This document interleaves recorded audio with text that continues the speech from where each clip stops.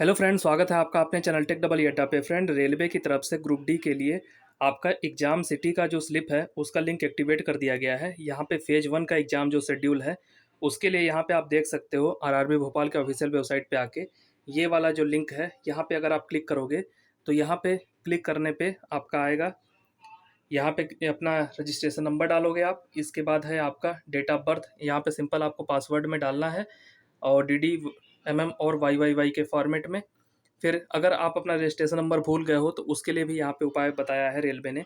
जैसे ही पहले नहीं दूसरे वाले अपडेट पे आओगे, दूसरे वाले अपडेट पे यहाँ पे अगर आप तीसरे नंबर पे देखोगे तो यहाँ पे लिखा है click here for application forget registration number link for CBT. तो यहाँ पे जैसे ही आप क्लिक करोगे, क्लिक करने के बाद आपका यहाँ पे आ जाएगा।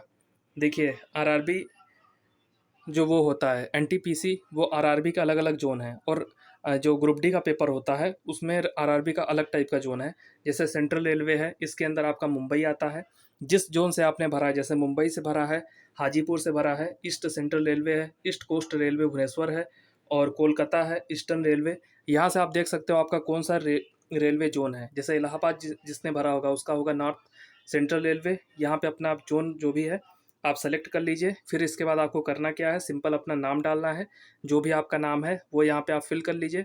फिर इसके बाद है आपका डेट ऑफ बर्थ और यहाँ पे आपको 3 ऑप्शन मिलते हैं। एक तो अगर आपका ईमेल आईडी है उसको आप मेंशन कर सकते हो। अगर ईमेल आईडी नहीं आपके पास है तो आप मोबाइल नंबर अपना मेंशन कर सकते हो। मोबाइल नंबर भी अगर आपका चेंज हो गया है तो आप सिंपली अपना आधार नंबर डाल सकते हो। इन तीनों माध्यम से आप अपना रजिस्ट्रेशन नंबर ज्ञात कर लोगे। फिर इसके बाद अपना सिक्योरिटी करिए, फिर आप अपना सबमिट कर लीजिए। इसके बाद आपका एक मॉक टेस्ट का लिंक जनरेट हुआ है। जैसे कि आपका एनटीपीसी में एक इंग्लिश वाला प्रॉब्लम हो रहा था, इस बार भी आपका रेलवे यहाँ पे वही प्रॉब्लम क्रिएट करेगा। तो आप मॉक टेस्ट के लिंक पे जैसे ही क्लिक करोगे तो यहाँ पे एक डिफ़ॉल्ट कैंडिडेट का है, जॉन स्मिथ। यहाँ पे आपको सिंपल कुछ फिल नहीं करना है, साइन इन करना है। साइन इन करने के बाद आपका ये जो इंस्ट्रक्शन है, इंस्ट्रक्शन के अंदर बताया हुआ है क्या आपका करना है। तो ये किसी और लैंग्वेज में है, असामी लैंग्वेज में है। आप यहाँ से अपना जो भी लैंग्वेज है, जैसे बंगाली कर सकते हो, फिर इसके बाद है गुजराती और यहाँ पे क्या है हिंदी भी आप कर सकते हो और इंग्लिश भी कर सकते हो। तो जिसमें आप कंफर्टेबल हो वो लैंग्वेज यहाँ पे आप सेलेक्ट कर लो। इसके बाद यहाँ पे आपका दिया हुआ है, देखिए प्लीज़ रीड इंस्ट्रक्शन केयरफुली। यहाँ पे दिया आपका जनरल इंस्ट्रक्शन। तो हम आपको यहाँ पे पढ़ के बता देते हैं कि जो वो इंग्लिश वाली प्रॉब्लम है यहाँ पे क्यों क्रिएट हो रहा है, क्योंकि यहाँ पे मेंशन किया गया है। यहाँ पे total duration of the examination कितने मिनट का है, 90 मिनट का है। 90 मिनट का आपका टोटल एग्जाम होगा और 30 मिनट एक्स्ट्रा दिया जाता है जो दिव्यांगजन है, पीडब्ल्यूडी जो है उनको 30 मिनट एक्स्ट्रा दिया जाएगा आपके एग्जाम के लिए। और यहाँ पे नंबर ऑफ क्वेश्चंस कितने होते हैं, 90 मिनट में आपको 100 क्वेश्चन करने पड़ेंगे। 100 क्वेश्चन है आपका 1.5 घंटे का पेपर में 100 क्वेश्चन आपको करना पड़ेगा। For all question objective type, ये सबको पता है। और there will be negative marking for the wrong answer, 1/3 आपकी क्या है निगेटिव मार्किंग, 0.33 निगेटिव मार्किंग। अगर 3 क्वेश्चन आप गलत कर दोगे तो आपका 1 नंबर चला जाएगा, सिंपल भाषा में अगर कहें तो। तो यहाँ पे आपको नेगेटिव भी काफ़ी बचा के करना है क्योंकि 1/3 है।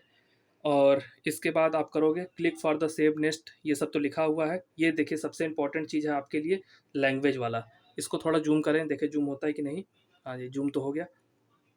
अगर आप देखोगे इसको ध्यान से, लैंग्वेज में you can view the question paper in the language opted for at time of filling application.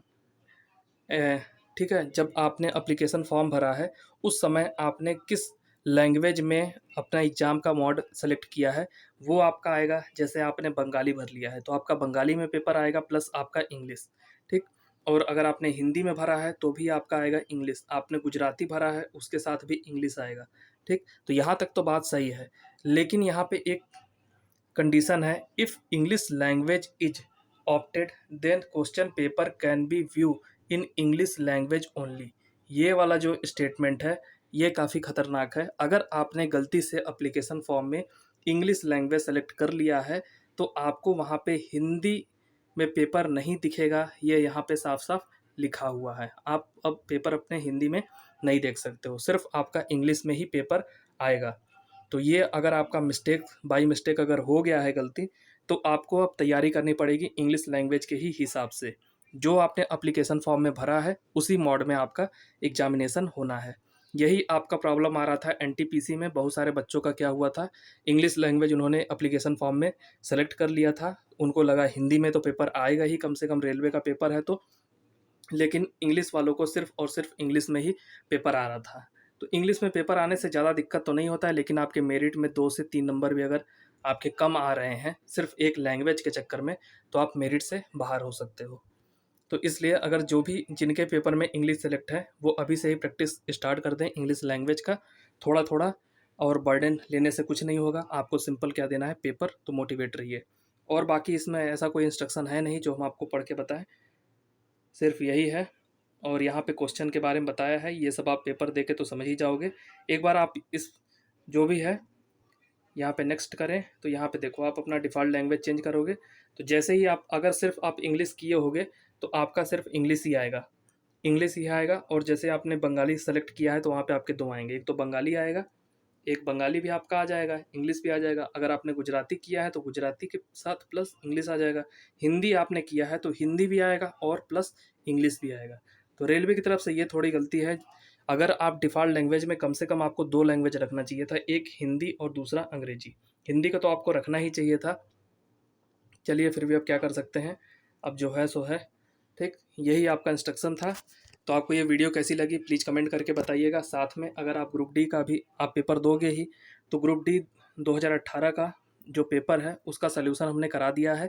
उसके अंदर आपके साइंस के मिलेंगे, मैथ के मिलेंगे, एनटीपीसी का अभी जो सीबीटी 2 का पेपर हुआ है उसके जीएस जीके वाले जो क्वेश्चन आए थे उनको भी करा दिया है, रीजनिंग वाले भी करा दिया, मैथ वाले भी करा दिया है। बाकी आपकी मर्जी, चैनल को सब्सक्राइब करिए, प्लेलिस्ट पे आइए, वहाँ पे आपको सारी वीडियो मिल जाएंगी। So thank you for watching this video.